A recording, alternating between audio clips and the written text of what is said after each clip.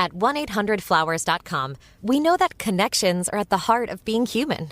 Whether celebrating life's joys or comforting during tough times, 1-800-Flowers helps you express what words can't. For nearly 50 years, millions have trusted 1-800-Flowers to deliver thoughtful gifts that help create lasting bonds. Because it's more than just a gift. It's your way of showing you care. Visit 1-800-Flowers.com/ACAST and connect today. That's 1-800-Flowers.com/ACAST.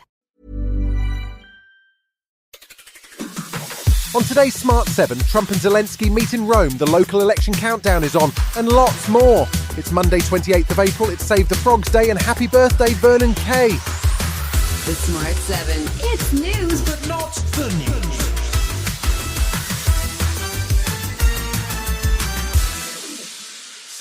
Thursday sees the local and mayoral elections take place across the UK, with over 1,600 council seats up for grabs.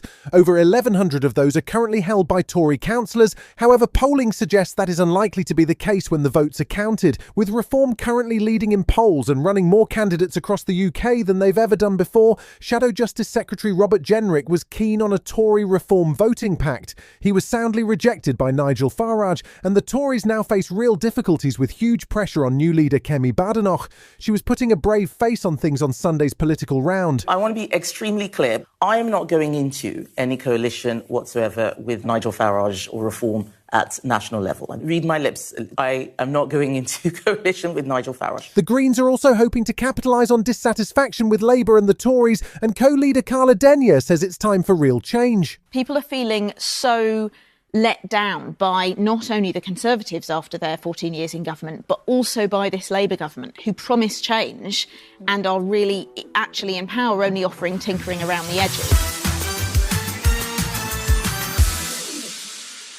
Saturday saw Pope Francis's funeral in Rome, becoming the site of the latest round of negotiations over Russia's war in Ukraine. In what may become an iconic image, Donald Trump sat with Ukrainian President Zelensky on 2 plastic chairs in St. Peter's Basilica. The meeting appeared to spark something for Trump, who later mused on Truth Social that maybe Putin doesn't want to stop the war. It's a message that European leaders have been trying to get across to the US president for some time, and Russian opposition leader Dmitry Gudkov, who is living in exile, says Putin still wants to win the war. Putin doesn't want any ceasefire.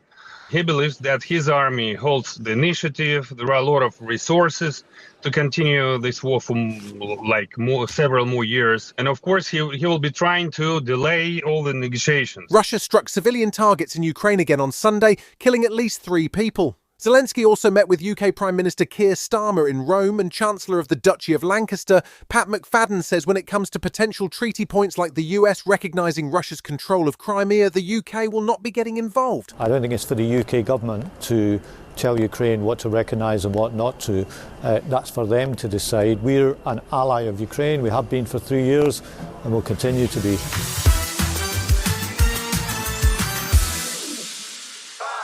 There was a tragic incident in Canada on Saturday as an SUV was driven into a crowd of people celebrating at the Lapu-Lapu Festival in Vancouver, organised by the Filipino community. At least 11 people have been killed and more than 20 injured, and Canadian police have a suspect in custody who they say is familiar to police and local mental health services. 8 counts of second-degree murder have already been filed against the man, and Vancouver's interim police chief Steve Rye told reporters on Sunday that this was not being treated as a terrorist incident. Canadian Prime Minister Mark Carney expressed his sympathies to the families of those injured and killed in the attack. I would like to offer my deepest condolences and my wishes for strength and compassion in this tragic time. I know that I join all Canadians in mourning with you. I know that Canadians are united with you.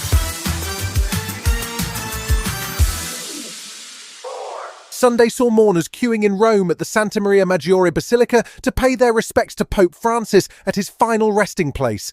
There was also a special mass held in St. Peter's Square, led by Cardinal Pietro Parolin, who is the Vatican's Secretary of State and an early favourite to succeed Francis. 220 cardinals will meet on Monday to begin planning the process for the conclave, which will see discussions continue until 2/3 agree on one candidate and the famous white smoke issues from the Vatican.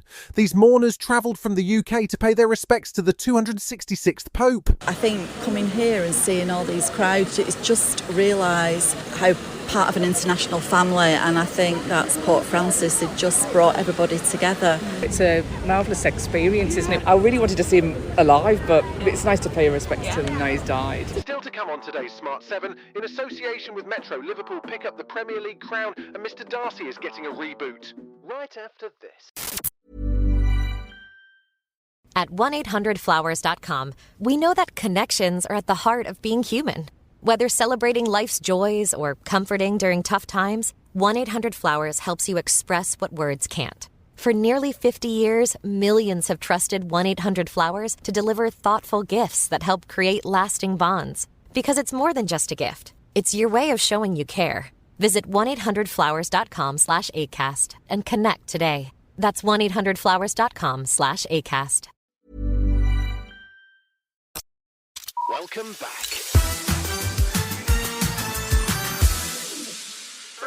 This weekend saw two FA Cup semi-finals and the destination of this year's Premier League trophy decided. Saturday saw Crystal Palace bank a comfortable 3-0 win over Aston Villa to secure their FA Cup final spot, while on Sunday, Man City were too much for Nottingham Forest, winning 2-0 to give Pep one more chance at a trophy. Sunday also saw Liverpool welcome Spurs to Anfield, with Arne Slot's men only needing a single point to secure this year's title and match Man United's 20-time title-winning record. In the end, the game finished 5-1 to Liverpool and they were crowned champions on the Anfield pitch, much to the delight of manager Slot. Our main focus was to win this game. Everybody is saying you've already won it. But if you are part of it, you still feel the pressure of getting the point over the line. They sing quite hard now. And that makes it special. Yeah.